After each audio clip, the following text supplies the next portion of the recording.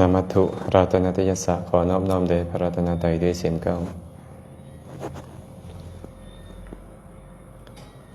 เข้ามากันใหม่เนาะ เมื่อกี้นี่สัญญาณขัดข้องสัญญาณใหม่เนาะใหม่ขัดข้องใส่การบ่ได้ก็มาอีกรอบหนึ่งเจริญพรเด้อผู้ใดเข้ามาแล้วใส่คอมเมนต์มาอีกแดว่าไม่ใช้ได้หรือยังบ้างเนี่ย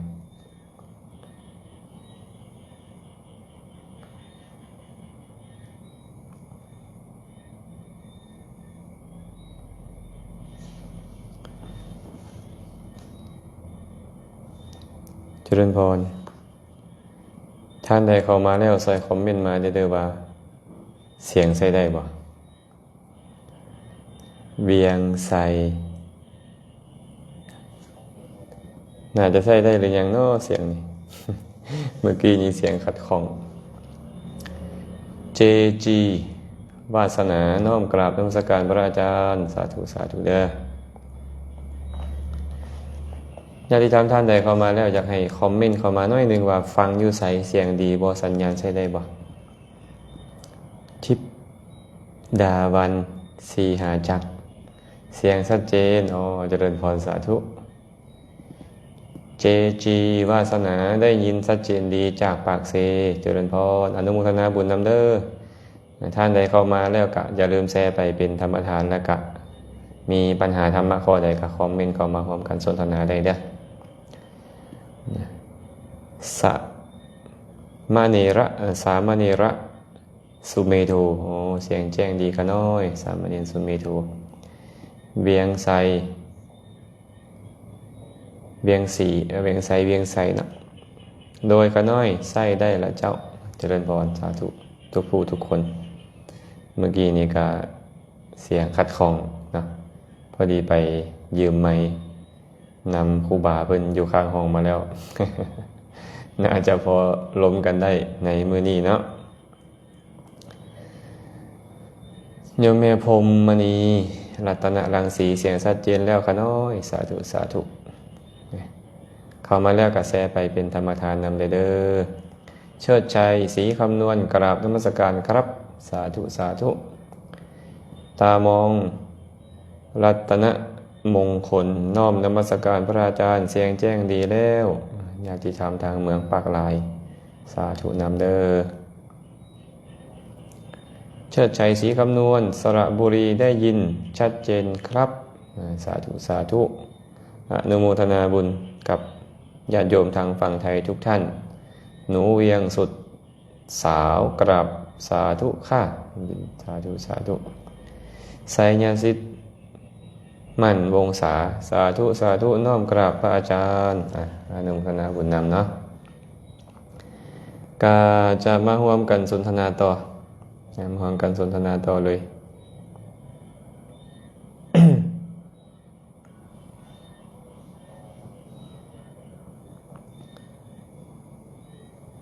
มาคำถามแรกนะเพิ่นมากันหมู่เลยโรงงานประกอบตู้ลำโพงราคาทรงย่อย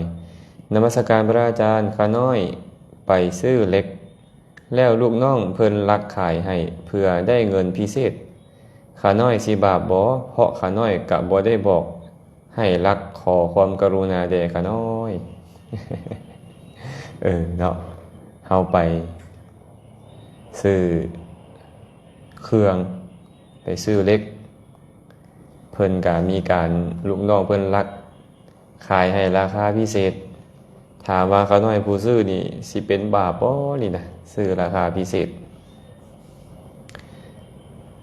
ก็เบิ่งเจตนาเฮานั่นแหละบุญหรือบาปมันอยู่ที่เจตนาของเฮาเนาะบุญหรือบาปมันอยู่ที่เจตนาของเฮาทีนี้ถามว่าตอนที่เฮาซื้อนะเฮามีเจตนาสมรู้ความคิดบ่เพื่อให้เขาขายให้เฮาในราคาแบบนั้นบ่หากเฮามีการสมรู้ความคิดก็ต้องบอกตามความเป็นจริงว่าตอนนั้นมันก็มีอกุศลเนาะมีอกุศลอยากโกงเจ้าของห้าง ถ้าหากเฮาบ่ได้มีจิตคิดจะให้เขาขายไปนั่นเลยเขาหากมาคิดราคากับเฮาแบบนั้นอันนี้ก็เฮายังบ่ผิดเนาะให้เบิ่งตามเจตนาเด้อเบิ่งตามเจตนา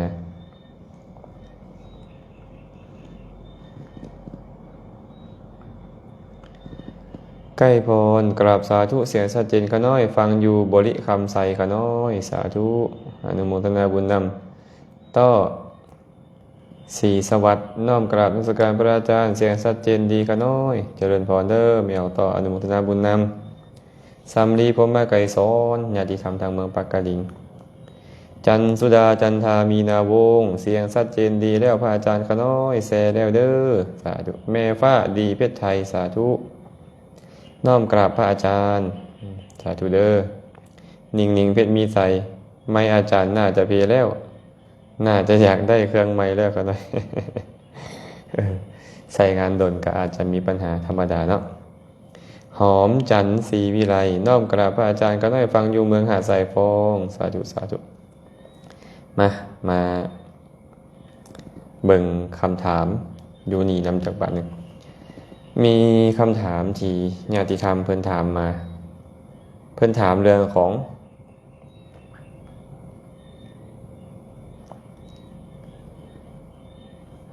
การขายเลขเนาะเพิ่นบอกว่านมัสการพระอาจารย์ข้าน้อยขอถามแด่ว่าอาชีพขายหวยหรือขายเลขและผู้ตั้งการพนันเป็นอาชีพพระโสดาบันเฮ็ดได้บ่เป็นอาชีพบาปบ่ถ้าบาปหลายบ่เพิ่นถามว่าการขายหวยการตั้งหวยขายเป็นอาชีพที่เป็นบาปบ่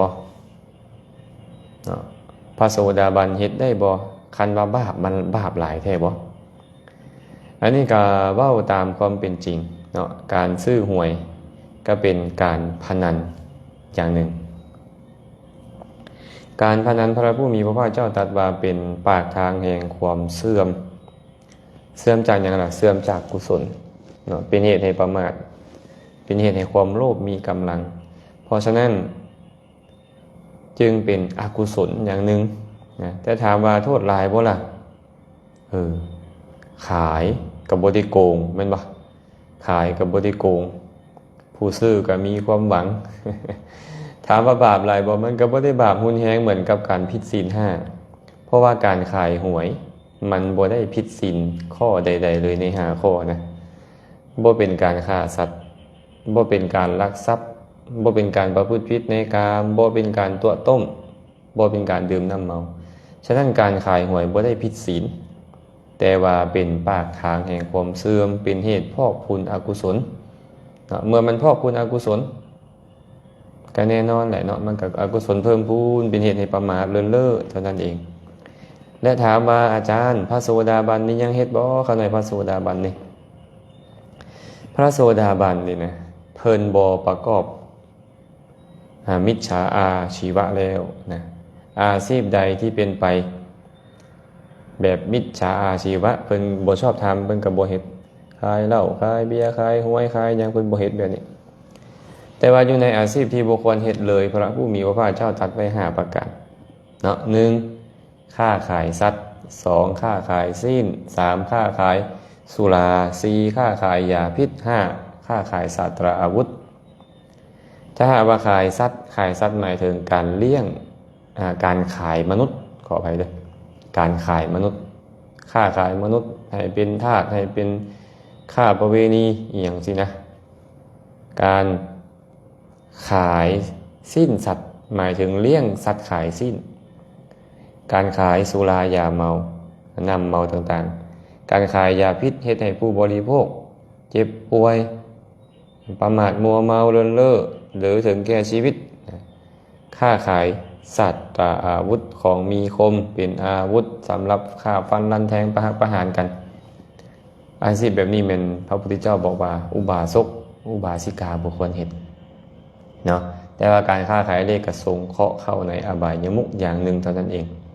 พระโสดาบันยังเฮ็ดบ่แน่นอนแหละพระโสดาบันเพิ่นจะบ่ประกอบอาชีพแบบนั้นแล้วศีลก็ต้องสมบูรณ์อาชีพเพิ่นต้องบริสุทธิ์ แต่ถามว่า ถ้าหากยังประกอบอาชีพแบบนี้อยู่มีโอกาสบรรลุโสดาบันบ่อย่าว่าแต่อาชีพขายเลขเลยผู้ลังคนนี่นะหากมีอุปนิสัยในการบรรลุอยู่แม้แต่มีการฆ่าสัตว์เนืองๆอยู่ก็มีผู้ไปเทศแสดงธรรมให้ฟังได้ฟังธรรมแล้วกับอกกับใจบรรลุเป็นพระโสดาบันได้แม้แต่เจ้าสารกานิเห็นบ่เจ้าสารกานินะดื่มน้ำเมาอยู่เนาะแต่พอ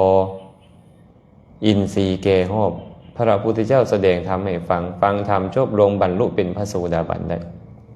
แต่หลังจากบรรลุโสดาบันแล้วก็เศร้าดื่มน้ำเมาเองอันนี้คือกันตอนยังเฮ็ดอยู่นี่นะอาจจะบ่มีขออภัยตอนที่ยังค้าขายหวยอยู่เนาะก็แน่นอนแหละมันก็เป็นความโลภความอยากได้ความต้องการมันก็เป็นอกุศลนั่นแหละแต่ว่าถ้าหากว่าได้ยินได้ฟังบร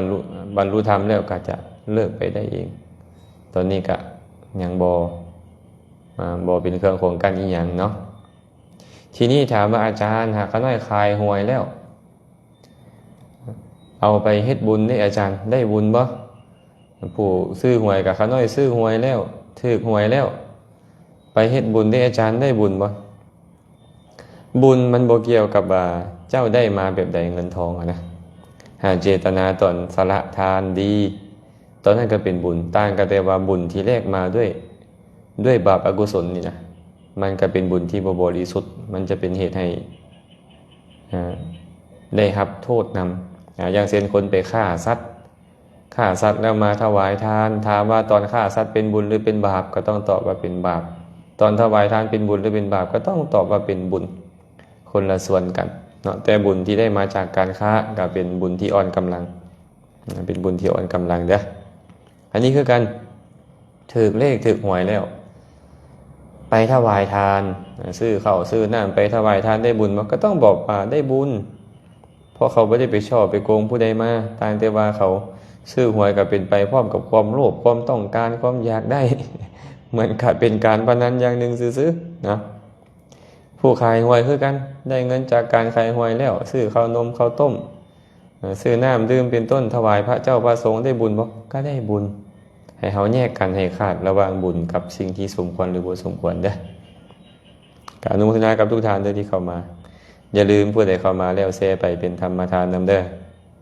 แล้วก็มีคำถามธรรมะข้อใดคิดว่าเป็นประโยชน์กันร่วมกันคอมเมนต์มาสนทนากันเนาะมีนา KPS น้อมกราบพระอาจารย์สาธุเจริญพรอนุทิดาน้อมกราบสาธุข้าเจ้าข้าสาธุวิภาพรโอดมีกราบสาธุข้าสาธุเด้อสุดาวันสร้อยสุวรรณขน้อยฟังอยู่รถเมล์ปากเสเวียงจันทร์เสียงฟังชัดเจนดีขน้อยโอ้กำลังจะขึ้นมาจากปากเสวะเดินทางปลอดภัยเด้อไม่ออกน้อยๆลูกแก้วชัยยกุลน้อมกราบนมัสการพระอาจารย์แซมน้อมกราบอนุโมทนาสาธุเจ้าข้าสาธุสาธุเช่นกันแบบไหนที่เธอรักน้อมกราบพระอาจารย์สาธุฟังทุกมือเด้อขน้อยอนุโมทนาบุญนำเด้อขอให้มีความสุขความเจริญวิรพรห้วนอ่อนจันทร์เข้าอ่อนจันทร์เนาะน้อมกราบอนุโมทนาสาธุบุญในธรรมที่พระอาจารย์แสดงอนุโมทนานำ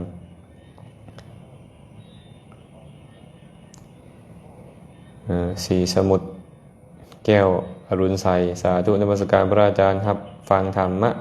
อาจารย์ห่วมกับเมย์ขน้อยขออนุโมทนาสาธุนมัสการเด้อสาธุสาธุจอนนี่นมัสการพระอาจารย์มาคำถามอีกคำถามหนึ่งจีวาสนาพระอาจารย์ขน้อยขอถามแด่เวลาขน้อยนั่งสมาธิภาวนาแล้วจิตบ่นิ่งมีหลายเรื่องหลายราวขึ้นมาในความคิด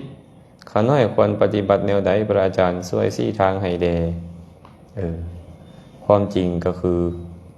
หากผู้ใดนั่งสมาธิแล้วสงบปั๊บเลยอันนั้นก็บ่จำเป็นต้องฝึกหลายคันผู้ใดนั่งสมาธิแล้วมันฟุ้งซ่านแสดงว่าผู้นั้นต้องได้เฮ็ดหลายๆเนาะก็ต้องยอมรับตามความเป็นจริงว่า พวกเราใช้ชีวิตอยู่แต่ละมื้อแต่ละเว้นนี่นะมันมีอารมณ์มากระทบหลายๆอันหลายๆอย่างบ่ว่าจะเป็นเรื่องราวเกี่ยวกับธุรกิจการงานสภาพครอบครัวอีกอย่างต่างๆที่มันเข้ามารุมเร้าพวกเราแล้วก็เป็นเหตุให้พวกเราคิดนำเรื่องนี้คิดนำเรื่องนั้นเป็นธรรมดาย้อนฟุ้งซ่านนั่นแหละพวกเราจึงจำเป็นต้องฝึกสมาธิถ้าหากว่ามันบ่มีความฟุ้งซ่านเลยเขาก็บ่จำเป็นต้องมาฝึกสมาธิกันการที่เราฝึกแล้วมันฟุ้งซ่านมันจึงเป็นเรื่องปกติของผู้ที่ยังเป็นผู้ฝึกหน้าที่ของเขาก็คือกำหนดกรรมฐานให้ดีว่าเจ้าเจริญกรรมฐานหมวดใดเกี่ยวกับเรื่องอีหยังขันเจ้าเจริญอานาปานสติเจ้าก็ต้องอยู่กับลมหายใจขันเจ้าเจริญเมตตาเจ้าก็ต้องอยู่กับความมีเมตตาเป็นต้นขันเจ้าเจริญกายคตาสติอสุภกรรมฐานเจ้าก็ต้องอยู่กับแบบนั้นแต่แน่นอนแหละในเมื่อเฮายังเป็นผู้ที่ฝึกนะเมื่อเฮายังบ่คันมีสมาธิที่มันแนบแน่นเหมือนกับผู้ที่เขาได้ฌานได้ยังเป็นต้นอกุศลมันครอบงำจิตใจมันก็ฟุ้งซ่านไปหน้าที่ของพวกเขาคือดึงมันเข้ามาหาบนเก่านะมันฟุ้งซ่านไปเขาก็ต้องดึงมันเข้ามาบนเก่ามันฟุ้งซ่านไปเขาก็ต้องดึงเข้ามาหาบนเก่ามันฟุ้งซ่าน10 เถื่อเขาต้องดึงเข้ามา10 เถื่อมันฟุ้งซ่าน100 เถื่อเขาต้องดึงเข้ามา100 เถื่อนั่นเอิ้นว่าเขากำลังปรารภความเพียรอยู่เนาะเขากำลังปรารภความเพียรอยู่เพิ่นอุปมาการนั่งสมาธินี่เหมือนกับการฝึกงัวหากเรามีงัวอยู่ตัวหนึ่งเราจำเป็นต้องพางัวเราเนี่ยไปอยู่ใกล้ๆกับทงนาที่เขาปลูกข้าวกล้างามๆหน้าที่ของพวกเราคือหน้าที่รักษางัวแม่นบ่หากว่าเราปล่อยงัวไปเราบ่สนใจกับงัวแน่นอนแหละงัวมันก็จะไปกินข้าวกล้าข้าวมืดนะถ้าหากว่าพวกเราตีลักปักลักเอาไว้ใส่เสื้อมัดเข้าไปที่เผาของงัวมัดติดกับหลักเถิงงัวมันยากออกไปหาข้าวกล้ามันก็ไปบ่ได้ย้อนหยังย้อนว่ามันมีเสื้อที่มัดติดมันไว้กับหลักอย่างหลายมันก็อ้อมอยู่บริเวณแถวหลักนั่นอ้อมไปอ้อมมามันเมื่อยมันก็หยุดอยู่หั่นชั้นใดก็ชั้นนั่นเพิ่นว่าตัวไอใจของพวกเขานี่นะเหมือนกับงัวเนาะกรรมฐานมีลมหายใจอานาปานสติเป็นต้นเหมือนกับลักสติของพวกเขาเหมือนกับเสื้อเขาก็ต้องใส่เสื้อคือสตินี่นะมาผูกจิตให้ติดไว้กับกรรมฐานคืออานาปานสติลมหายใจเป็นต้นนั้นเนาะขันเสือกเจ้ารุดเจ้าก็ต้องดึงมามัดไหมเสือกเจ้ารุดเจ้าก็ต้องดึงมามัดไหมฉะนั้นการฝึกสมาธิมันก็ต้องมีความฟุ้งซ่านเป็นธรรมดาขันมันบ่ฟุ้งซ่านเลยก็แสดงว่าเจ้าเก่งแล้วเจ้าบ่จำเป็นต้องมาฝึกเจ้าอยากเข้าฌานตอนใดเจ้าก็เข้ารดเจ้าอยากให้เป็นสมาธิตอนใดเจ้าก็เฮ็ดให้สมาธิเกิดขึ้นรดแต่พวกเรายังบ่ถึงขั้นนั้นพวกเราก็เลยต้องฝึกแบบนี้แหละกำหนดกรรมฐานตัวเองให้ดีว่าเจริญกรรมฐานหมวดใดหากเราเจริญอานาปานสติเราก็ต้องเบิ่งแต่ลมหายใจแน่นอนเวลาเบิ่งไปเบิ่งมามันก็อยากจะลุดไปหาอารมณ์นั่นลุดไปหาอารมณ์นี่ไปคิดสิ่งเก่าสิ่งใหม่เป็นต้นนั่นแหละแต่ว่าก็อย่าลืมว่าเราเจริญกรรมฐานหมวดอานาปานสติมันคิดไปแล้วก็ดึงกลับมาไหมมันคิดไปแล้วก็ดึงกลับมาไหมนะทีนี้อุบายในส่วนเบื้องต้นของผู้เจริญกรรมฐานหมวดอานาปานสตินี่เพื่อนเลยบอกอุบายให้นับลมหายใจพยายามเอาสติมากำหนดหู้ลมเข้าออกก็นับ1ไปลมเข้าออกก็นับ2ไปลมเข้าออกนับ3เข้าออกนับ4เข้าออกนับ5ไปแบบนี้เนาะแล้วก็มาเริ่ม1ใหม่นับ1ไปจนฮอด6มาเริ่ม1ใหม่นับ1ไปจนฮอด7มานับ1ใหม่นับจนฮอด8ฮอด9ฮอด10ไปแบบนี้แล้วก็กลับมาเริ่มแบบนี้แหละเฮ็ดแบบนี้ซ้ำจนกว่าสติของเรามันมีกำลังขึ้นสมาธิเราดีขึ้นมันก็จะจดจ่ออยู่กับลมหายใจ หลังจากนั้นเฮาเห็นลมหายใจชัดเจนเข้าออกเข้าออกเข้าออกเข้าออกชัดเจนเลยเฮาจังเลิกนับ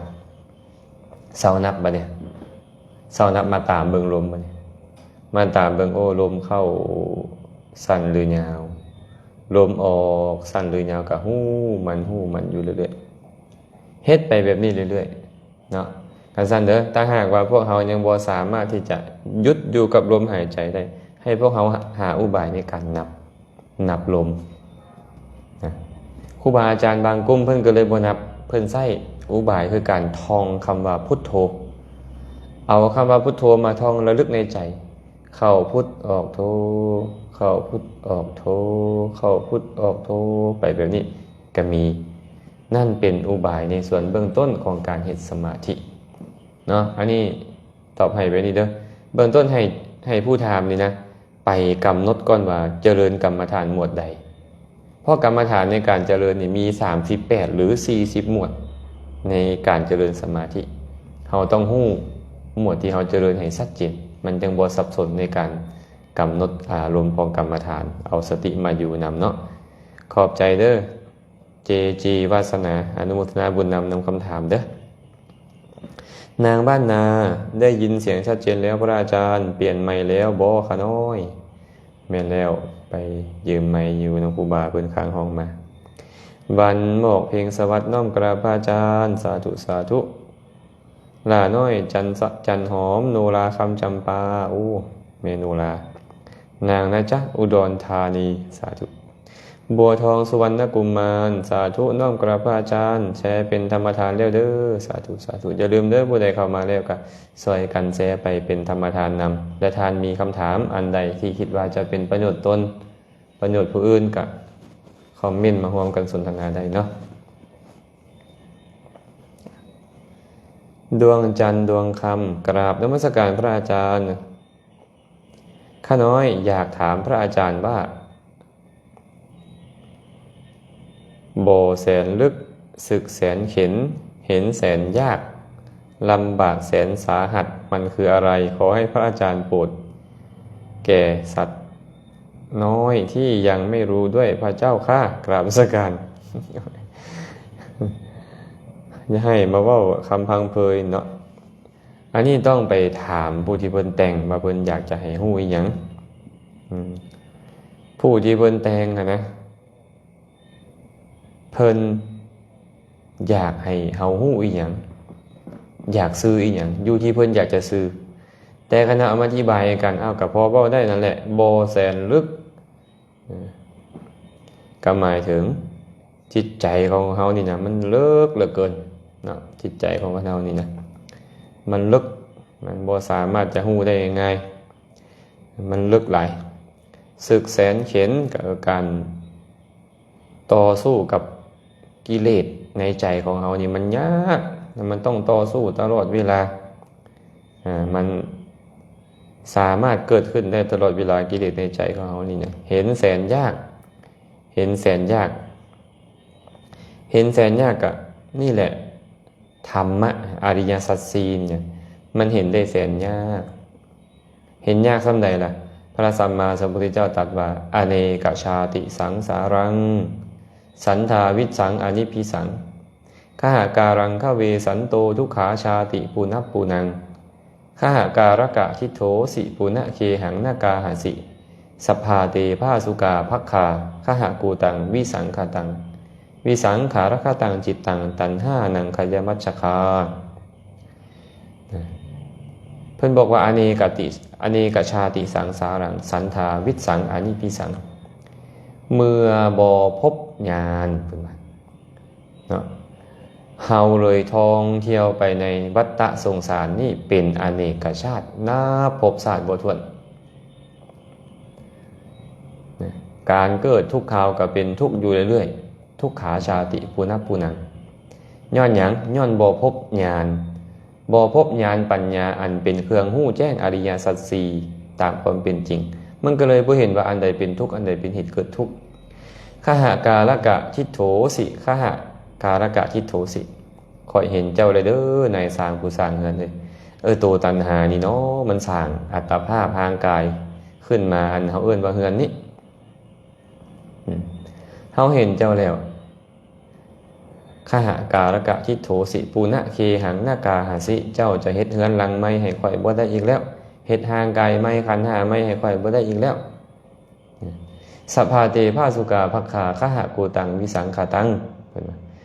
โครงเฮือนข่อยกะมางแล้วยอดเฮือนข่อยกะฮือแล้วจิตของข่อยถึงสภาพวิสังขารบ่มีอีหยังมาปรุงแต่งได้แล้วเพราะความสิ้นไปแห่งตัณหายากบ่ล่ะพระพุทธเจ้าบอกว่ายากเห็นได้แสนยากเหลือเกินเห็นอริยสัจสี่ตามความเป็นจริงนี่เห็นว่าอันใดเป็นทุกข์อันใดเป็นเหตุเกิดทุกข์อันใดเป็นธรรมดับทุกข์และอันใดเป็นทางที่จะนำพวกเราไปสู่ความดับทุกข์เห็นได้แสนยากลำบากแสนสาหัสไอ้การลำบากแสนสาหัสก็คือการเวียนว่ายในสังสารวัฏมันลำบากบางเทื่อตกนรกตลอดหลายร้อยหลายพันหลายแสนหลายล้านหลายโกฏปีเป็นอันนี้บางครั้งไปเกิดเป็นสัตว์เดรัจฉานต้องถูกฆ่าฟันรันแทงต้องถูกจองถูกทุบถูกตีถูกเขาเอาไปกินเป็นอาหารเป็นต้นบางครั้งต้องเกิดเป็นเปรตไฟไหม้โตอยู่หิวโหยอยู่ลำบากทุกข์ทรมานบางครั้งมาเกิดเป็นมนุษย์กันยังแข้งหักคาห่านหูหนวกตาบอดโรคภัยไข้เจ็บเบียดเบียนถูกทุบถูกตีถูกประหารถ่าฟันรันแทงโอ้ยสัพปิสัพพนามทุกแสนสาหัสอันนี้เป็นคำเว้าที่เพิ่นอยากสื่อให้พวกเราฮู้เนาะจิตของคนนี่มันเลิกหลายเนาะต้องสู้รบกับกิเลสอยู่ตลอดศึกแสนเข็ญเห็นแสนยากกับอริยสัจสี่นี่แหละทุกแสนสาหัสกับวัฏฏะสงสารนี่แหละเมื่อยังต่อสู้กับข้าศึกบ่ชนะมันก็ต้องลำบากต่อไปจอวันนะจิตไม่ออกจิตใจมันบ่เสียงแจ้งดีพระอาจารย์สาธุเด้อไอด้าใส่สมบัติไม่ออกแพงขวัญเวียงคำอุตสาน้อมกราบนมัสการข้าน้อยแซเป็นธรรมทานแล้วเจริญพรอนุโมทนาสาธุนำเด้อจอนนี่ศีลาวงศาข้าน้อยขอถามในอาจารย์วานนี่ข้าน้อยถามอาจารย์เรื่องอยากเฮ็ดบุญแต่เพราะมีความโลภย้อนมีคำว่าอยากและข้าน้อยขอถามต้องเฮ็ดบุญแบบไหนเพื่อตัดคำว่าอยากออกไปอนุเคราะห์ข้าน้อยเด้อ อยากเฮ็ดบุญอยากเฮ็ดบุญมันก็มีความอยากเกิดขึ้นก่อนแม่นบ่แต่ว่ายากนี่นะมันบ่ดีดอกแต่อยากแล้วเฮ็ดดีได้หลายๆคนอยากแล้วเฮ็ดบ่ดีเฮ็ดความชั่วตัณหาเกิดขึ้นก่อนแล้วก็เฮ็ดความชั่วติดตามมาบางคนนี่อยากได้นี่อยากได้นั่นอยากเป็นนี่อยากเป็นนั่นแล้วก็มีการฆ่าสัตว์ลักทรัพย์ประพฤติผิดในกามเว้าตัวเว้าส่อเสียดเป็นต้นก็ได้บาปไปแต่บางคนอยากให้ยังล่ะอยากบรรลุมรรคผลนิพพานอยากไปเกิดเป็นมนุษย์เกิดเป็นสวรรค์ขอให้เกิดเป็นเทวดาในสวรรค์แล้วก็ให้ทานเด้รักษาศีลเด้เจริญภาวนาเด้อันนี้ก็เอิ้นว่าอยากแต่เฮ็ดดีนะอยากแล้วเป็นปัจจัยให้เฮ็ดบุญเคยได้ยินบ่พระสัมมาสัมพุทธเจ้าเพิ่นตรัสไว้ว่าใส่ตัณหาละตัณหาเป็นแนวได้ใส่ตัณหาละตัณหาก็คืออยากยังไงล่ะอยากให้ทานอยากสมาทานศีลอยากเจริญภาวนาอยากบรรลุมรรคผลนิพพานอันนี้อยากเนาะเห็นคนอื่นบรรลุโสดาบันสกทาคามีอนาคามีบรรลุอรหันต์อยากอยากบรรลุคือหมู่เด้ก็เลยไปปฏิบัติธรรมรักษาศีลเจริญภาวนาบรรลุเป็นพระโสดาบันเป็นต้นบรรลุเป็นพระอรหันต์ก็ชื่อว่าละตัณหาได้เด็ดขาดอันนี้เอิ้นว่าใส่ตัณหาละตัณหาตัวตัณหามันบ่ดีมันบ่สามารถเอาตัณหาไปละตัณหาได้แต่เกิดขึ้นในใจของเฮาแล้วตัณหามันเกิดขึ้นในใจของเฮาแล้วเฮ็ดให้เฮาเฮ็ดคุณงามความดีแล้วบรรลุเป็นพระอรหันต์ละตัณหาได้แบบนี้เนาะทีนี้อยากเฮ็ดบุญแบบบ่มีตัณหาเลยเด้อาจารย์ก็ต้องสร้างความพอใจในบุญสร้างความพอใจในบุญเอิ้นว่าฉันทะเนาะฉันทะนี้มี2แบบเด้กามฉันทะก็ได้กามฉันทะหมายถึง ความพอใจในกามก็คือตัณหาอย่างที่บอกให้ฟังเมื่อกี้นี่แหละแต่ฉันทะอีกอย่างหนึ่งคือความพอใจในการกระทำเป็นบุญอันนี้นะเป็นบุญพอใจในการให้ทานพอใจในการแบ่งปันพอใจในการเจริญศีลสมาธิปัญญาพอใจในการฟังธรรมในการสนทนาธรรมไอ้ความพอใจตัวนี้เนี่ยเอิ้นว่าฉันทะที่เรามักเอิ้นกันว่าอธิบดีธรรมเนาะฉันทาธิปัตติยังเขามักว่ากันนะก็ให้ปลูกสันทะเด้อปลูกความพอใจในการเฮ็ดบุญอย่าแค่อยากต้องพอใจในการเฮ็ดเนาะไพวันโพสาราชบนเมไพวันเขตพิเทศไทยสมบูรณ์เฮาว่ะแม่นบ่นี่บุญทาปลื้มใจน้อมกราบพระอาจารย์ข้าน้อยอยากเรียนถามพระอาจารย์แน่สวดมนต์บ่จุดธูปบ่จุดเทียนสิได้บุญบ่เจ้าข้าเจริญพรเวลาการไหว้พระเนี่ยโยมมันต้องแยกกันให้เป็นคนละประเด็นนะการไหว้พระสวดมนต์เป็นบุญข้อหนึ่งข้อสาธยายธรรมนะแต่การตามประทีปดอกไม้ของหอมเพื่อบูชาอันนี้เรียกว่าบุญประเภทการบูชามันคนละอย่างกันเลยนะเมื่อมันเป็นคนละอย่างหากโยมมีแค่สวดมนต์สาธยายธรรมโยมก็ได้บุญข้อนี้ไปหากโยมไม่มีธูปไม่มีประทีปไม่มีของหอมไม่มีดอกไม้โยมก็ไม่ได้ข้อนี้แต่บางคนไม่ได้สวดมนต์อะไรเลยมีธูปประทีปดอกไม้ของหอมไปบูชาเขาก็ได้บุญข้อบูชาเขาไม่ได้บุญข้อสาธยายธรรมแต่ถ้าโยมทำทั้งสองอย่างหากโยมมีพร้อมทั้งมีของหอมดอกไม้ประทีปมาบูชาด้วยทั้งสวดมนต์สาธยายด้วยโยมก็ได้บุญสองอย่างนะโยมก็ได้บุญสองอย่างแต่บางคนไม่ทำเลยได้อะไรไหมก็ไม่ได้อะไรเลยเนาะฉะนั้นโยมสะดวกสวดมนต์โยมก็สวดโยมสะดวกบูชาโยมก็บูชาโยมสะดวกทำทั้งสองอย่างโยมก็ทำนะอันนี้ตอบให้โยมแบบนี้เด้อจันสุดาจันทามีนาวงศ์พระอาจารย์ข้าน้อยขอถามเลยว่าเมค่าขายเครื่องซื้อถือขายแพงมีบาปบอกกันหน่อย ซื้อถือขายแพงมีบาปบอกอาตมาถามก่อนพอไม่ออกหู้จากบาปหรือยังนี่บาปเป็นอย่างนี่อย่างคือบาปคันหู้บาปจังค่อยสิตอบได้เลยว่าบาปหรือบ่บาปนี่ก็คือเจตนาบดี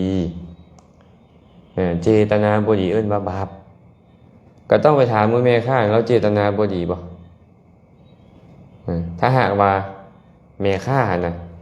ซื้อ5มาขาย10อันนี้มันสมควรแล้วที่เขาจะต้องมีกำไรบ่เขาก็อยู่บ่ได้หากเขาเฮ็ดด้วยความโลภโลภเป็นบุญหรือเป็นบาปล่ะก็เป็นบาปเฮ็ดด้วยความโกรธเป็นบุญหรือเป็นบาปล่ะก็บาปเจ้าเลี้ยงลูกเจ้าคือกันเจ้าเลี้ยงลูกเจ้าหั่นน่ะหากเจ้าโกรธเป็นบุญหรือเป็นบาปเป็นบาปเจ้าโลภเป็นบุญหรือเป็นบาปก็เป็นบาปคือเก่าเจ้าให้เจ้าด่ามันเป็นบุญหรือเป็นบาปก็เป็นบาปคือเก่าคันเว้าเรื่องบุญเรื่องบาปนะจะเฮ็ดอาชีพใดๆก็ตามก็บาปอย่างเช่นอาตมาบวชอยู่นี่นะอาตมาบวชอยู่นี่อยากให้ไม่ออกบาปบ่ล่ะก็บาปนั่นแหละโลภอยากได้นี่อยากได้นั่นบาปบ่ก็บาปอิจฉาริษยาผู้นี้ผู้นั้นบาปบ่บาปประกอบธุรกิจการงานอีหยังอยู่ก็ตามมันก็บาปในเรื่องของบาปเนาะที่นี่นี่นะเฮามาถามว่าหากแม่ค้าซื้อเครื่องถูกมาขายแพงผิดศีลบ่อันนี้ต้องมาบอกกันได้ผิดศีลนี่ผิดศีลข้อใดข้อฆ่าสัตว์บ่คันบ่แม่นมีข้อฆ่าสัตว์ก็บ่ผิดศีลข้อลักทรัพย์บ่เราก็บ่ได้ลักของผู้ใดมาก็บ่ผิดศีลประพฤติผิดในกามบ่ก็บ่แม่นเราเว้าตัวบ่บางทีได้อันนี้ได้บางทีคนบางคนเป็นแม่ค้าไปซื้อมา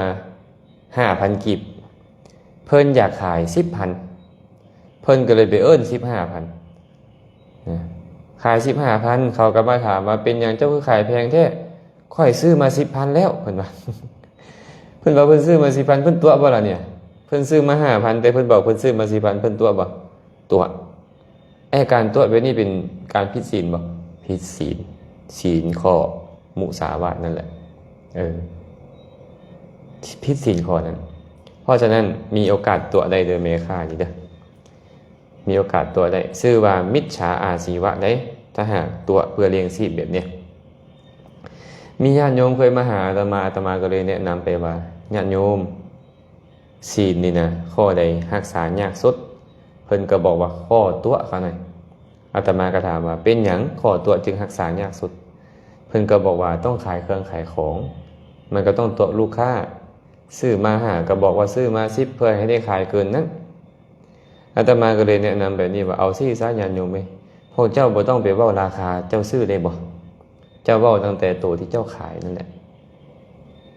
ตัวที่เจ้าขายเจ้าอยากขาย 15,000 เจ้าก็ว่า 15,000 คันเขาต่อเจ้ารู้ได้เจ้าก็ลด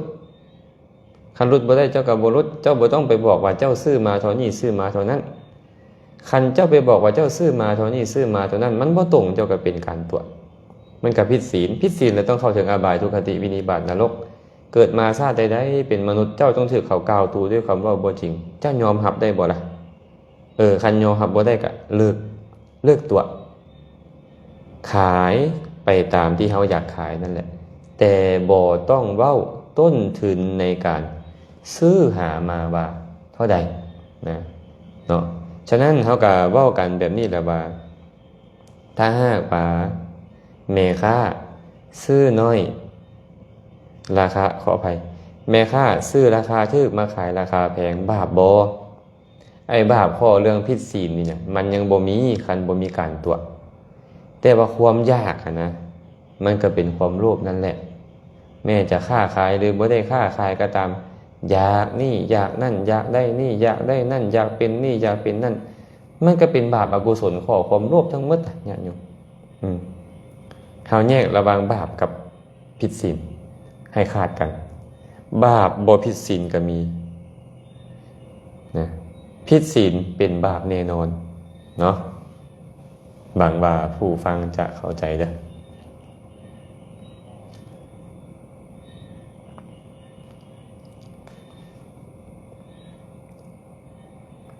เลิศนำบาปนมัสการพระอาจารย์สาธุสาธุเด้ออย่าลืมได้ญาติธรรมทั้งหลายเข้ามาแล้วก็ซอยแซไปเป็นธรรมทานนำให้พวกทานได้บุญร่วมกันขอแชร์ธรรมะเป็นทานเป็นธรรมทานเนาะผู้ใดมีคำถามก็คอมเมนต์เข้ามานำปราณีจันทร์2พระอาจารย์โยมว่าจะจำพรรษาที่บ้านศีล8ทานมื้อเดียวตลอดพรรษา3 เดือนขอคำแนะนำด้วยเจ้าค่ะอนุโมทนาสาธุด้วยอย่างยิ่งเลยถ้าหากโยมทำได้สาธุการด้วยเพราะเป็นสิ่งที่ดีมากอยู่การสมาทานศีลอุโบสถหรือศีล8เนี่ยเป็นสิ่งที่ดีมากเลยพระผู้มีพระภาคเจ้าตรัสกับนางวิสาขาว่าดูก่อนวิสาขาอุโบสถอันประกอบด้วยองค์8ประการนี้มีผลใหญ่มีอานิสงส์ใหญ่อุโบสถอันประกอบด้วยองค์8มีผลใหญ่มีอานิสงส์ใหญ่อย่างไรหนอวิสาขาวิสาขาอริยสาวกในธรรมวินัยนี้มาระลึกแบบนี้ว่าพระอรหันต์ทั้งหลายไม่ฆ่าสัตว์ตลอดชีวิตไม่ลักทรัพย์ตลอดชีวิตไม่เสพเมถุนธรรมอันเป็นธรรมของชาวบ้านประพฤติแต่พรหมจรรย์ตลอดชีวิตไม่พูดปดตลอดชีวิตไม่ดื่มน้ำเมาตลอดชีวิตบริโภคอาหารหนเดียวไม่บริโภคอาหารเวลาวิกาลตลอดชีวิตไม่ฟ้อนรำขับร้องประโคมดนตรีไม่ทรงมาราทัดดอกไม้ทาเครื่องรูปไร้ของหอมตลอดชีวิตไม่นั่งนอนที่นั่งที่นอนสูงใหญ่ตลอดชีวิตแม้ข้าพเจ้าเองก็จะขอสมทานประพฤติในสิกขาบททั้ง8ประการนี้ตลอดวัน1 คืน 1นี้วิสาขานั้นชื่อว่าเขาได้ดำเนินตามปฏิปทาของพระอรหันต์แล้วและอุโบสถชื่อว่าเขาสมทานแล้วนี้แหละวิสาขาอุโบสถ อันประกอบด้วยองค์8ที่บุคคลเจริญกระทำให้มากแล้วมีผลใหญ่มีอานิสงส์ใหญ่ฉะนั้นโยมเวลาโยมจะสมาทานศีลเนี่ยหากเป็นไปได้โยมนึกถึงพระอรหันต์ก่อนเนี่ยพระพุทธเจ้าตรัสไว้แบบนี้นะให้นึกถึงพระอรหันต์ก่อนพระอรหันต์เนี่ยท่านถืออุโบสถอันประกอบด้วยองค์8เนี่ยได้ตลอดชีวิตเลยนะเราเนี่ยจะดำเนินตามท่านดีกว่าถึงเราไม่ได้ตลอดชีวิตเราจะขอให้ได้วันหนึ่งคืนหนึ่งนี้ยิ่งโยมสามารถทำได้ตลอด3 เดือน4 เดือนตลอดไตรมาสเนี่ยยิ่งดีใหญ่เลยนะโยมนะโยมก็สมาทานไปเลยว่าจะสมาทานอุโบสถอันประกอบด้วยองค์8นี่ตลอดพรรษาหนึ่งนี้โอ้ยอานิสงส์มากมายเหลือเกินพระพุทธเจ้าตรัสอีกว่าวิสาขามีผลใหญ่มีอานิสงส์อย่างใหญ่อย่างไรวิสาขาทรัพย์สมบัติของพระราชาที่ครอบครองปัตตภีมณฑลทั้งสิ้น16แว่นแคว้นมีรัตนะ7ประการมากมายเมื่อเทียบกับอานิสงส์ของการรักษาอุโบสถอันประกอบด้วยองค์8วัน1คืน1นั้นทรัพย์สมบัติของพระราชานั้นผู้ครอบครอง16แว่นแคว้นนั้นเหมือนกับของเด็กกำพร้าเด็กกำพร้าเป็นยังไงโยมเด็กกำพร้าก็คือคนที่ไร้ญาติขาดมิตรไม่มีทรัพย์ไม่มีที่พึ่งหากจะเอาทรัพย์สมบัติของพระราชาที่ครอบครองประเทศถึง16ประเทศมาเทียบกับการรักษาอุโบสถเนี่ยท่านบอกว่ามันต่างกันมากเลยวิสาขาเมื่อนำสมบัติของพวกพระราชาที่กล่าวมานั้นเทียบกับทรัพย์สมบัติของเทวดาเนี่ยเหมือนกับของเด็กน้อยกำพร้าเลยนะวิสาขาบุคคลผู้รักษาศีลอุโบสถอันประกอบด้วยองค์8นั้นหลังจากแตกกายทำลายแล้วย่อมเข้าถึงความเป็นสหายของเทวดาชั้นจาตุมดาวดึงยามาดุสิตนิมมานรดีปรนิมมิตวสวัสดีข้อนั้นเป็นฐานะจะมีได้อายุของเทวดาชั้นจาตุม9 ล้านปีมนุษย์ดาวดึง36ล้านปีมนุษย์ยามา144ล้านปีมนุษย์ดุสิต576ล้านปีมนุษย์นิมมานรดี 2,304 ล้านปีมนุษย์ปรนิมมิตวสวัสดี 9,216 ล้านปีมนุษย์อายุเขายืนมากความสุขมากนะเพราะฉะนั้นเมื่อเป็นเช่นนี้แหละพระพุทธเจ้าก็เลยตรัสว่าอานิสงส์มันมากทีนี้หากโยมสามารถทำได้ล่ะอานิสงส์ก็นับประมาณไม่ได้พระผู้มีพระภาคเจ้าตรัสแบบนี้ว่าวิสาขาพระจันทร์และพระอาทิตย์โคจรไปในโลกส่องแสงสว่างไปถึงที่ใดพื้นปฐพีมณฑลทั้งสิ้นนั้นมีรัตนะไม่ว่าจะเป็นแก้วมาลีแก้วมุกดาเงินทองเพชรนิลจินดาทั้งหลายที่มีอยู่ในภาคพื้นดินที่พระจันทร์และพระอาทิตย์ส่องสว่างถึงนั้นพร้อมด้วยพระจันทร์และพระอาทิตย์ที่สำเร็จด้วยเงินด้วยทองเนี่ยยังไม่ถึงเสี้ยวที่16ของอุโบสถอันประกอบด้วยองค์8ที่บุคคลสมาทานถือปฏิบัติแล้ววัน1คืน1โยมถือศีลอุโบสถวัน1คืน1หากจะเอาทรัพย์สมบัติที่มีในพื้นแผ่นดินทั้งหมดเพชรนิลจินดาแก้วแหวนเงินทองต่างๆเนี่ยมาเทียบกับอานิสงส์ของการรักษาศีลอุโบสถเทียบกันไม่ได้โยมฉะนั้นหากโยมสามารถรักษาได้ตลอด3 เดือนนี้อาตมาว่าน่าอนุโมทนาบุญด้วยมากๆเลยนะอนุโมทนาบุญด้วยอันนี้สาธุการด้วย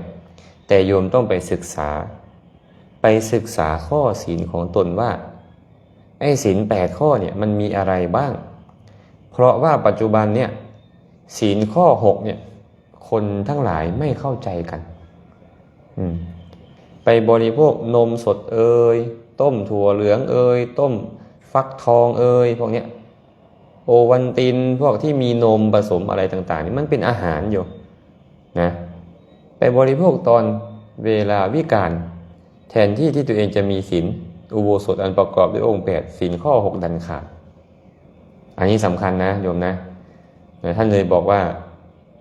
โยเข้าวังนวิชานาตินะโสรักขติโคขนังเอวังสีลังอาชานันโตกิงโสรักเขยสังวรังคนผู้ไม่รู้จักโคย่อมรักษาฝูงโคของตนไว้ไม่ได้ฉันใดผู้ไม่รู้จักศีลก็ไม่สามารถ รักษาศีลของตนไว้ได้ฉันนั้นเหมือนกันหากโยมอยากรักษาศีลอุโบสถแต่โยมยังไม่เข้าใจว่าอะไรคือศีลอะไรคือเหตุให้ล่วงละเมิดศีลโยมจะรักษาศีลไม่ได้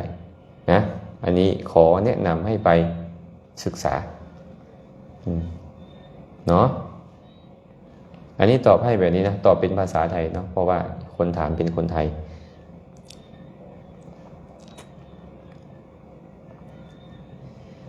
อนุสิทธิ์น้อมกราบนมัสการพระอาจารย์ข้าน้อยขอถามถ้าอยากเกิดเป็นมนุษย์อีกต้องเฮ็ดแนวใด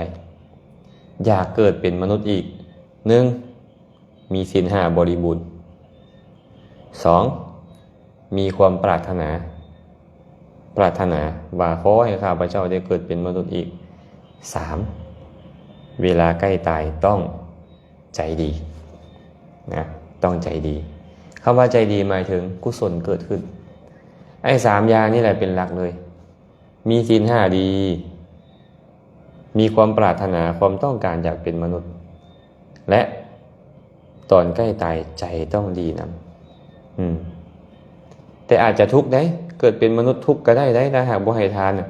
อยากเป็นมนุษย์ที่รวยพร้อมเจ้าต้องให้ทานนำแต่อาจจะขี้ให้ได้เจ้าอยากเป็นมนุษย์ที่งามพร้อมเจ้าต้องมีเมตตา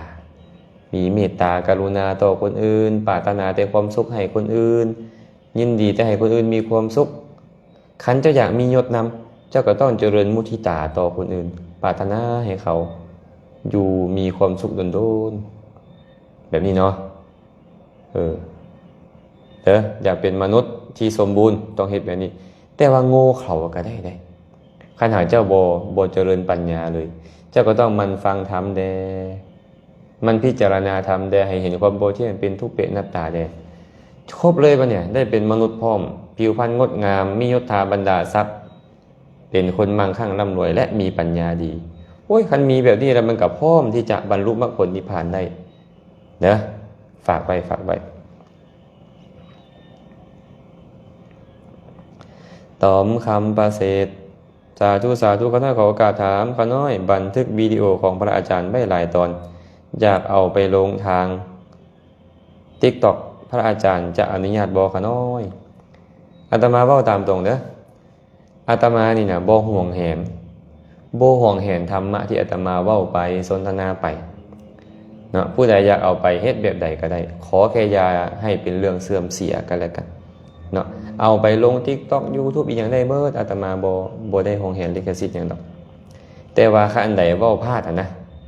อันใดเว้าพลาดก็ไปแก้ให้ได้เนาะ บางเทื่อมันเว้าไวมันอาจจะเว้าพลาดเด้อบางเทื่อเว้าไปไวๆนี่นะมันอาจจะเว้าพลาดได้อาตมาเคยกลับไปฟังที่ตัวเองเทศเรื่อยๆขั้นตัวใดเว้าพลาดอาตมาก็จะไปลบทิ่มวิดีโอตัวนั้นนะไล่สดตัวนั้นอาตมาจะไปลบทิ่มเพราะว่าบ่อยากให้คนไปฟังตัวพลาดนะอยากเว้า8มันกลายเป็น7เวลามันเว้าพลาดจังซี่นะแต่ว่าเนื้อหาสาระมันบ่ได้นั่นดอกเนาะฉะนั้นเนาะญาติโยมครูบาอาจารย์อยากเอาไปตัดลง TikTok ลงอย่างได้หมดเลยขอให้ใส่ใจให้ดีว่าเราต้องการให้คนอื่นได้ประโยชน์จากการฟังธรรมอันนี้อาตมาแห่งอนุโมทนานำแห่งสาธุการนำอยากให้เป็นร้อยเป็นพันคนพุ่นแหละเอาไปเฮ็ดนะให้มันได้ประโยชน์ผู้เฮ็ดก็ได้ประโยชน์ผู้มีโอกาสฟังก็ได้ประโยชน์คันฟังธรรมหลายๆคนฟังธรรมขึ้นแต่ละคนเข้าใจธรรมะขึ้นบ้านเมืองสังคมน่าจะอยู่เย็นเป็นสุขขึ้นได้เนาะฝากให้แบบนี้เนาะอนุโมทนาล่วงหน้าเอาไปตัดรถเด้อดร.คำไพจิตตราชน้อมกราบอนุโมทนาสาธุบุญนำพระอาจารย์สาธุอนุโมทนานำเซ็นกันเด้อยายแก้วกราบสาธุเจ้าค่ะสาธุน้อมกราบพระอาจารย์ข้าน้อยอยากให้อาจารย์บรรยายพระญามาร5อย่างที่คัดห่วงเขาบ่ให้เฮ็ดคุณงามความดี พระญามาร5อย่างมาร5มารนี่แปลว่าอย่างมารนี่มาระแม่นบ่มาระแปลว่าผู้ให้ตายผู้เฮ็ดให้ตายเฮ็ดหยังให้ตายล่ะขันมารทางใจก็เฮ็ดกุศลคุณงามความดีเฮาให้ตายเนาะ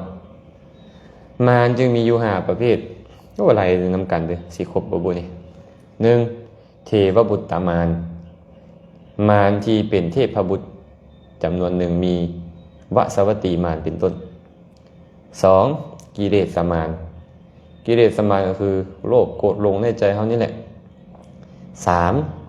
3มัจจุมารมัจจุมารคือความตายก็เป็นมารอย่างหนึ่งเพราะว่ามาเฮ็ดหยังมากำจัดเฮาเฮ็ดให้เฮาเฮ็ดบุญบ่ได้ต่อ4อภิสังขารมารคือบุญบาปนั่นแหละบุญบาปมันจะเป็นเหตุให้เฮาสร้างให้มีภพมีชาติ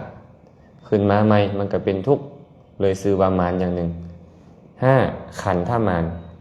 ขันธมารคือขันธ์5เฮานี่แหละเป็นอย่างขันธ์5จึงชื่อว่าเป็นมารขันธ์5บกพร่องเฮาก็ไปเจริญกุศลคุณงามความดีบ่ได้เฮ็ดสิ่งที่เป็นประโยชน์บ่ได้ฉะนั้นเพิ่นเลยเอิ้นว่ามาร5ส่วนคืนเด้อเทวบุตรมารพวกเทพบุตรมารที่ไปเบียดเบียนคนอื่นอันนี้กิเลสมารหมายถึงกิเลสในใจของเฮามัจจุมารหมายถึงความตายมันเฮ็ดให้เฮาเฮ็ดบุญกุศลต่อบ่ได้อภิสังขารมารคืออภิสังขารพวกบุญพวกบาปเฮ็ดให้เฮาต้องมีขันธ์5ใหม่เฮ็ดให้เฮาต้องทุกข์ทรมานในสังสารวัฏสุดท้ายก็คือขันธมารคือขันธ์5ของพวกเฮาธาตุ4ขันธ์5นี่เรียกว่าขันธมารเมื่อธาตุ5 4ขันธ์5ของเฮานี่บกพร่องมันก็เจริญกุศลคุณงามความดียากไปเทาะไปเฮ็ดบุญโอ้ยเป็นโรคเก้าไปบ่ได้ไปเทาะไปเฮ็ดบุญโอ้ยตันส่งขึ้นไปบ่ได้ไปเทาะไปเฮ็ดบุญความดันมากระเพาะมาเนี่ยมันก็เฮ็ดหยังบ่ได้แม่นบ่นี่เอิ้นมารนะเอิ้นมาร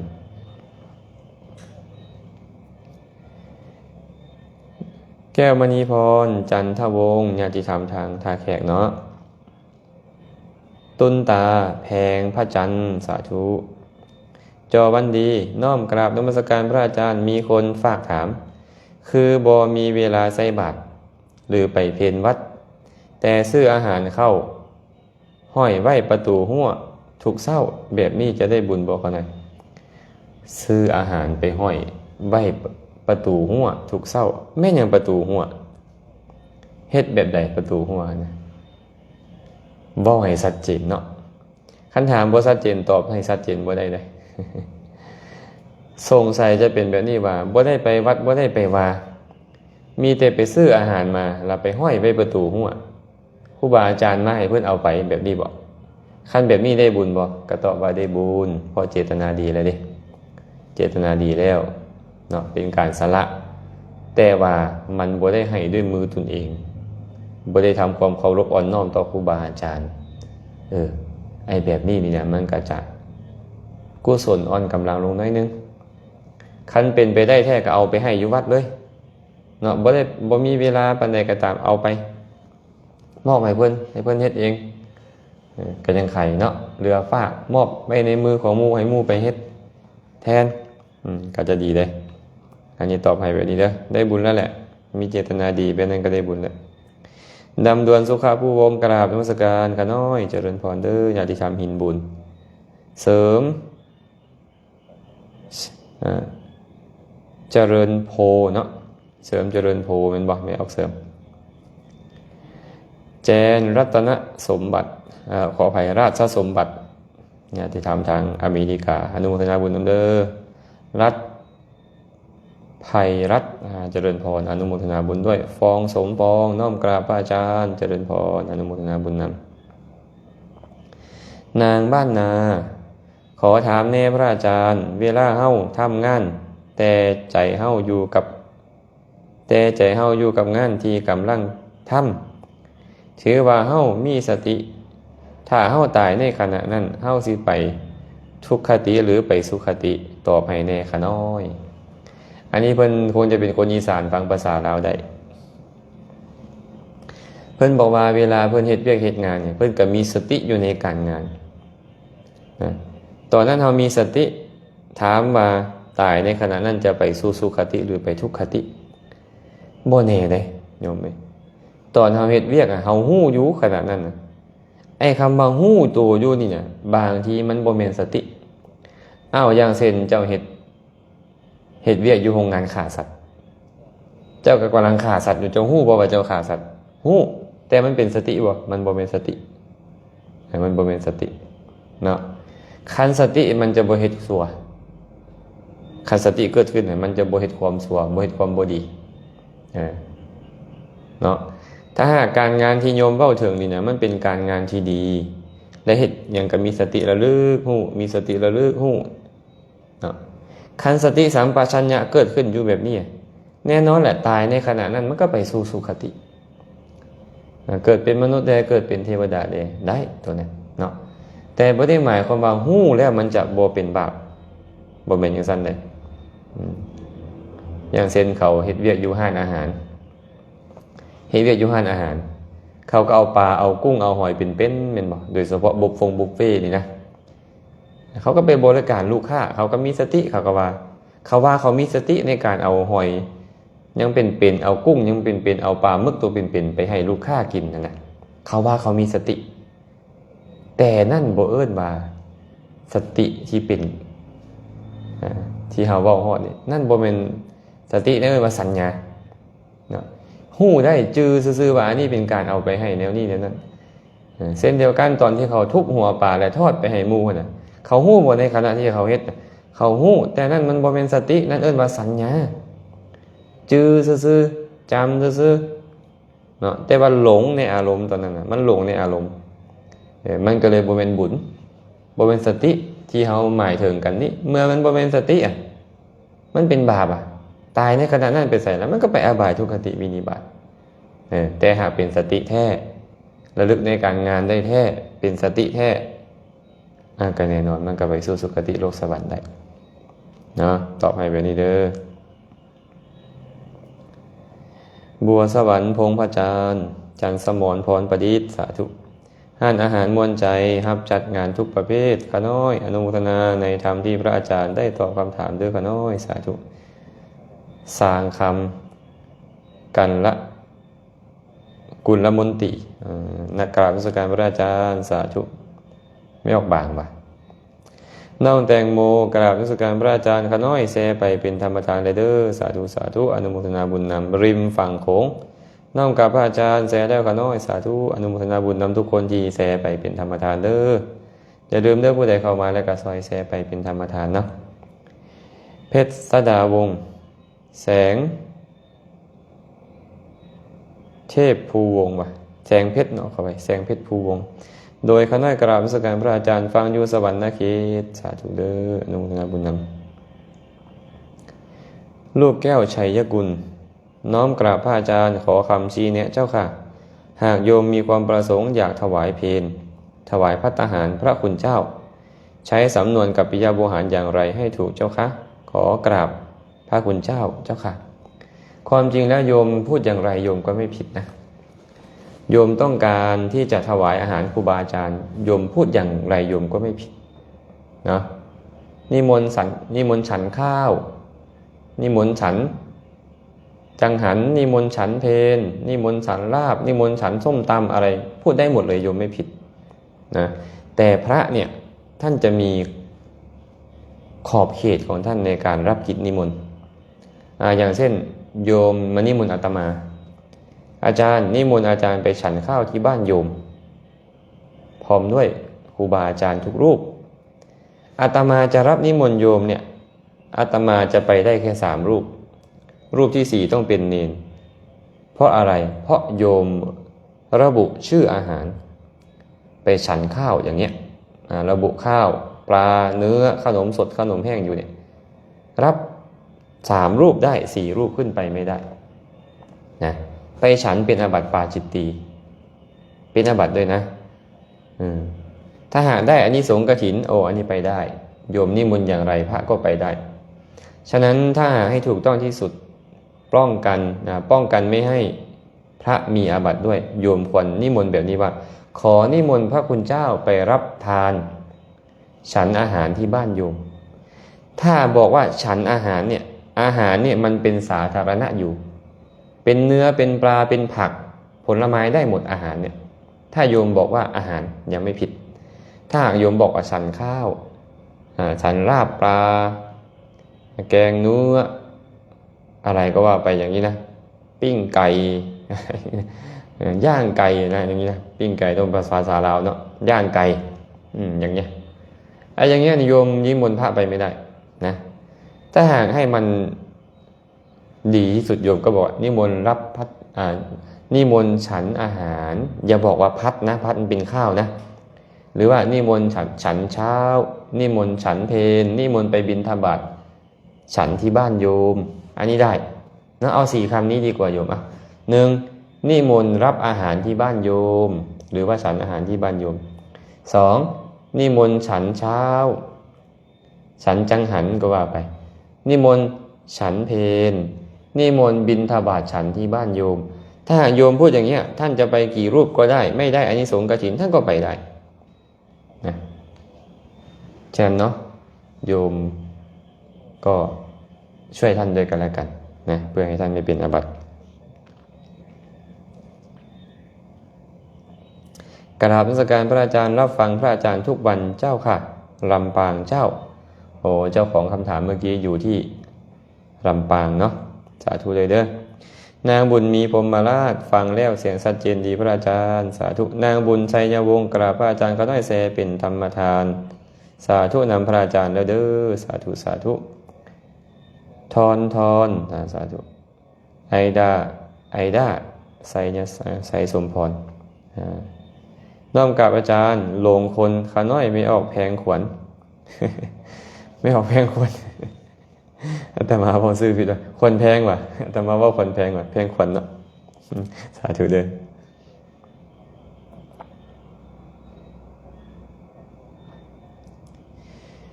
วีนาคชพงศ์นมัสการพระอาจารย์ภาพเสียงชัดเจนแล้วเจ้าค่ะโยมขอถามเวลามีการบวชจะมีการแห่นาครอบโบสถ์เพื่อนโยมบอกว่าคนที่เต้นที่รำหน้านาคจะได้ไปเกิดเป็นนางฟ้าจริงแล้วมีอานิสงส์เช่นนั้นหรือเจ้าคะโยมไม่เคยเต้นรำเจ้าค่ะตอนที่เราไปแห่นาคใช่ไหมบางคนก็เต้นบางคนก็ฟ้อนรำไปถามว่าตายไปแล้วจะไปเกิดเป็นเทวดาในสวรรค์หรือเปล่าโยมให้เราทำความเข้าใจแบบนี้ว่าบุญนำเราไปสุคติบาปนำเราไปทุกขตินะจำนะบุญพาเราไปสุคติบาปพาเราไปทุกขติทีนี้เราไปถามกันว่าตอนที่เราแห่ไปเราฟ้อนรำเนี่ยฟ้อนด้วยจิตประเภทไหนจิตที่เป็นกุศลหรือฟ้อนมันเพลินไม่ใช่เหรอมันเพลินในอารมณ์มันม่วนภาษาบ้านอาตมาเรียกว่าม่วนเป็นชื่อของอะไรเป็นชื่อของตัณหาเป็นชื่อของนันทิตัณหาราคะโยมหากเราฟ้อนรำร้องขับอะไรไปด้วยเนี่ยร้องโฮไปด้วยเนี่ยไม่เป็นบุญเลยเมื่อไม่เป็นบุญถามว่ามันนำเราไปไหนล่ะมันก็ต้องนำเราไปอบายทุกขติวินิบาตนรกสิมันจะนำเราไปสุคติโลกสวรรค์ได้อย่างไรนะฉะนั้นความเข้าใจอย่างนั้นจึงยังไม่ถูกต้องนะโยมนะเข้าใจไม่ถูกต้องแต่ว่าคนบางคน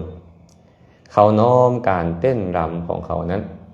น้อมการฟ้อนรำเนี่ยเพื่อบูชาพระพุทธบูชาพระธรรมบูชาพระสงฆ์ได้นะหากเขาตั้งใจอย่างนั้นจริงและจิตใจมันเป็นกุศลจริงว่าขอเอาการฟ้อนรำขับร้องนี้บูชาพระพุทธพระธรรมพระสงฆ์เป็นบุญนะมันเป็นบุญถ้ามันเป็นบุญมันไปสวรรค์ได้ไหมล่ะก็มีโอกาสอยู่นะแต่โดยมากแล้วพวกเราทำมันไม่เป็นบุญมันเป็นความเพลินความมัวเมาความรุ่มหลงในอารมณ์นะอย่างเช่นตอนที่พระพุทธเจ้าจะปรินิพพานเทวดาก็นำชุนนำดอกไม้นำของหอมมาโปรยลงที่พระพุทธเจ้าบางพร้องก็ดีดพิณบางพร้องก็ตีกลองอันเป็นทิพย์เสียงดนตรีอันเป็นทิพย์เนี่ยเพื่ออะไรเพื่อให้เสียงนั้นไปบูชาพระพุทธเจ้าธรรมดาเนี่ยมันเป็นความเพลินใช่ไหมแต่ว่าเขาน้อมไปเพื่อบูชาพระพุทธเจ้าถามว่าเป็นบุญหรือเป็นบาปมันก็ต้องเป็นบุญนะแต่โดยมากอย่างที่อาตมาพูดนั่นแหละว่ามันไม่ค่อยเป็นบุญมันทำไปด้วยความโลภความเพลินราคะตัณหามันก็เลย โอกาสจะไปสวรรค์แทบไม่มีเลยโยมนะโยมก็อย่าไปฟ้อนนะน้อมตะวันรุ่งเฮืองไสยสิทธิ์น้อมกราบพระอาจารย์ก็น้อยอนุโมทนาสาธุบุญนำเด้ออนุโมทนานำเนาะตัวพอดชัยญเพชรน้อมกราบอาจารย์อนุโมทนาบุญในการกล่าวธรรมคำสอนสาธุสาธุเด้อกราบนมัสการพระอาจารย์ครับผมขอโอกาสครับการนั่งในการสวดปาฏิโมกข์จำเป็นต้องนั่งตามลำดับพรรษาไหมครับกราบขอบพระคุณในความเมตตาครับครับผมหากเป็นไปได้ก็ควรที่จะนั่งตามลำดับพรรษานะนั่งตามลำดับพรรษาได้ก็ดีแต่ถ้าหากว่ามันนั่งตามลำดับพรรษาไม่ได้ก็ยังไม่เป็นไรแต่ควรนั่งตามลำดับพรรษานะก็ให้เกียรติพระเถระอยู่ข้างหน้าเราก็อยู่ข้างหลังถัดมาอย่างนี้แหละเพราะอาสนะอันเลิศย่อมถึงแก่พระเถระใช่ไหมดอกไม้ป่าน้อมกราบพระอาจารย์ข้าน้อยแชร์แล้วเด้อสาธุเจริญพรอนุโมทนาบุญนำผู้ดีแชร์ไปแล้วขอให้พวกท่านได้บุญเหมือนกับตนเองได้เทศเด้อไม้ทองพรหมอาจารย์กราบนมัสการพระอาจารย์เขาได้ขอโอกาสถามแด่คือพระสูตรนี่ว่าอุพยัตถังวาหิภิกขเวสัมปัชชมานีนะอวะเมวะอัปเปอัปปมาเทนะสัมปาเทตุนติข้าน้อยบ่เข้าใจอธิบายข้าน้อยได้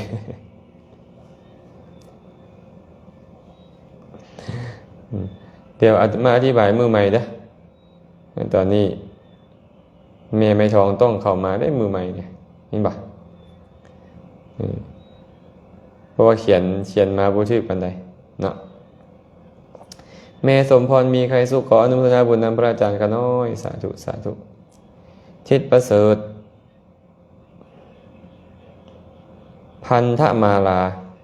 ทิศประเสริฐพันธมาลานมัสการพระอาจารย์ข้าน้อยขอโอกาสถามเกี่ยวกับการที่ออกตนญาติโยมไปขอบูชาเครื่องกองบุญหรือเครื่องต่างๆอยู่วัดมีบัญญัติไว้ในพระไตรปิฎกบ่ความจริงแล้วเนาะในพระวินัยเนี่ยมีการกล่าวเรื่องของการภาติกรรมชื่อเด้อภาติกรรมภาติกรรมแปลว่าอย่างภาติกรรมเฮ็ดให้เจริญขึ้นคันภาษาบ้านเราก็คือแลกเปลี่ยนให้ได้ประโยชน์สมมุติว่าญาติโยมก็เอาข้าวสารไปถวายพระหลายแต่ว่าพระน่ะขาดแคลนจีวรขาดแคลนน้ำปูน้ำปลาทีนี้โยมผู้ฉลาดบางคนก็เลยหาพวกน้ำปูน้ำปลาไปแลกเอาเข้าจากพระสงฆ์เนาะถ้าหากว่าพระสงฆ์นี่นะให้อุบาสกอุบาสิกาผู้เป็นไวยาวัจกรแลกแทนได้เอาเอิ้นว่าบูชาอย่างก็ตามแต่ได้นะแต่พระจะเฮ็ดเองเนี่ยบ่ควร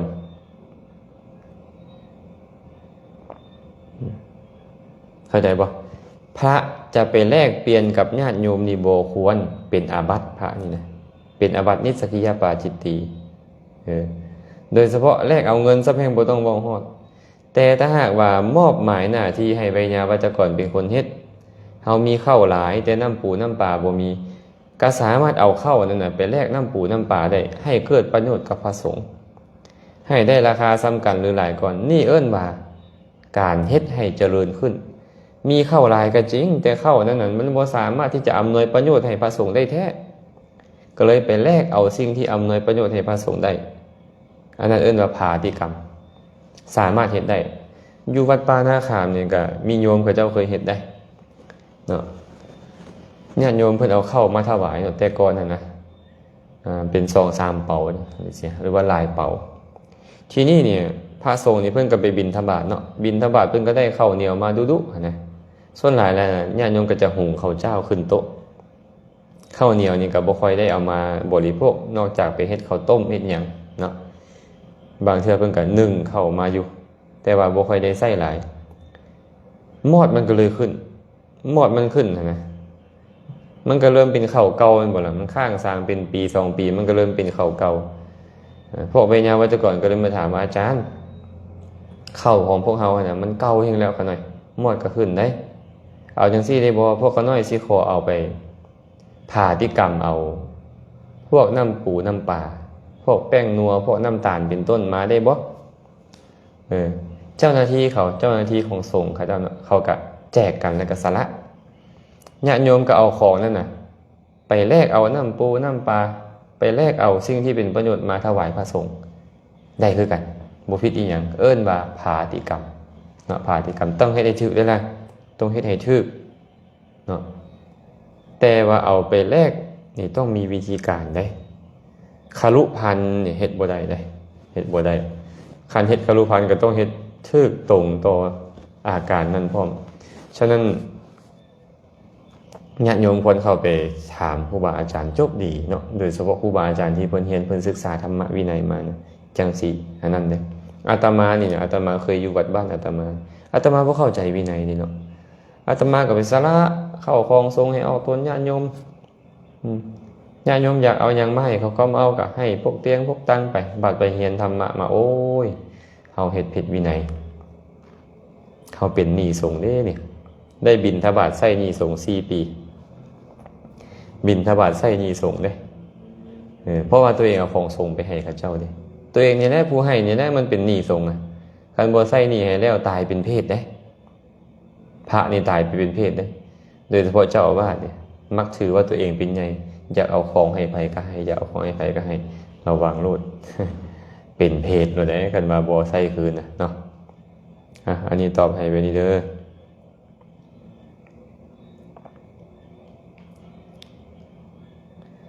ท้าวนาขันอาสาขอถามนี่อาจารย์เปิดธรรมะให้คนใกล้ตายฟังเฮ็ดให้เขาบรรลุธรรมบ่สาธุให้พวกเขาเข้าใจแบบนี้ว่า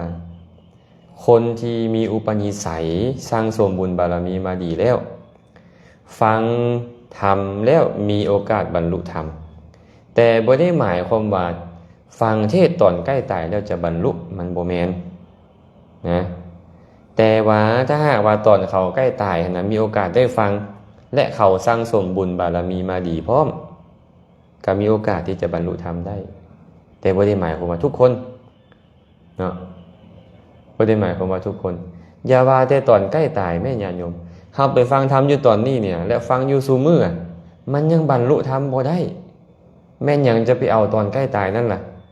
แม่นบ่อันนี้หากว่าตามความเป็นจริงนะมันต้องเป็นแบบนั้นเนาะแต่ว่ามีพระสูตรบางสูตรที่พระพุทธเจ้าตรัสไว้ในภักคุณสูตรนะเนาะพระภักคุณนี่เนี่ยเพิ่นก็ใกล้จะมรณภาพแต่ว่าเพิ่นสั่งสมบุญบารมีมาดีแล้วพระสัมมาสัมพุทธเจ้าก็เลยไปแสดงธรรมให้ฟังพอแสดงธรรมให้ฟังอินทรีย์เพิ่นก็พ้องใสแล้วก็บรรลุธรรมไปแล้วเพิ่นก็แสดงอานิสงส์ไว้พร้อมว่าการฟังธรรมตอนใกล้ตายนี่นะหากบ่บรรลุอรหันต์ก็จะบรรลุอนาคามีเพิ่นว่าและไปเกิดในพรหมโลกได้คนทั้งหลายก็ได้เข้าใจว่าฟังธรรมตอนใกล้ตายจะผิวพรรณผ่องใสฟังธรรมตอนใกล้ตายจะผิวเหลืองฟังธรรมตอนใกล้ตายแล้วจะบรรลุธรรมความจริงแล้วมันบ่แม่นขนาดพวกเฮาน่ะมานั่งฟังธรรมกันซุมื้อมันยังบรรลุบ่ได้นะมีสติสตังขนาดนี้นะไอ้ตอนใกล้ตายแล้วสติสตังจนสิบ่มีแล้วแต่ว่าพระภักคุณะนะเรามีบุญบารมีสร้างสมมาดีอินทรีย์แก่หอบสวงใกล้ตายนั้นฟังตอนใกล้ตายก็เลยบรรลุได้เนาะแบบนี้ซื่อๆเด้อแบบนี้ซื่อๆบางคนรำคาญสำนักไปแสดงธรรมให้ฟังตอนใกล้ตายมันบ่สิบรรลุธรรมได้จังได๋เนาะการพิจารณาแบบนี้แหละแต่ถามว่าพระสูตรมีกล่าวไว้บ่ล่ะมีกล่าวไว้แต่เว้าถึงบุคคลผู้มีอุปนิสัยเป็นอย่างพระพุทธเจ้าจึงบอกคน4จำพวกเอาไว้ในโลกนี้อุคติตัญญูยกหัวข้อธรรมะให้ฟังกับบรรลุได้วิปจิตัญญูอธิบายขยายความบรรลุได้เนยะแนะนำแล้วแนะนำอีกพาประพฤติปฏิบัติแล้วปฏิบัติอีกบรรลุได้ปทปรมะฟังให้ตายก็บ่บรรลุบ่จำเป็นต้องบอกถึงฟังตอนตายตอนใกล้ตายฟังแต่ต้นจนตายก็ยังบ่บรรลุอันปทปรมะนี่นะเนาะ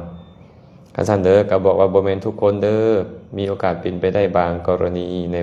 เฉพาะผู้ที่สร้างสมบารมีมาพอที่จะบรรลุแล้วเท่านั้น ดาแสงมณีนมัสการอาจารย์สาธุสุมิตากราบนมัสการพระอาจารย์สาธุแม่ยูวีไทยยะมาสาธุเด้อแดนนี่นุชโยมยอนุชสาธุนำคำผิวสาธุแชร์เป็นธรรมทานและอาจารย์ญาติธรรมทางเสียงขวางเนาะเอ้ยหลำโอ้บ่เห็นเพิ่นโดนเลยเดี๋ยวนี้น้อมกราบนมัสการพระอาจารย์เสียงเจ้งดีสาธุสาธุอนุโมทนาบุญนำนุชดาวันสาธุอนุโมทนาบุญนำขาน้อยญาติธรรมทุกคนเลยที่เข้ามา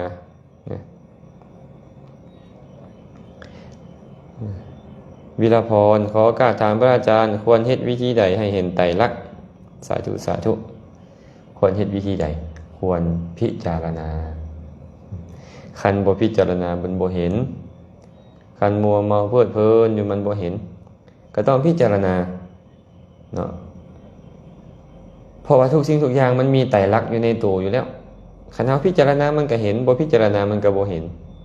อย่างเช่นฟังเสียงอาจารย์ตอนนี้ฟังเสียงปุ๊บมันก็ดับไปปั๊บมันเที่ยงบ่เที่ยง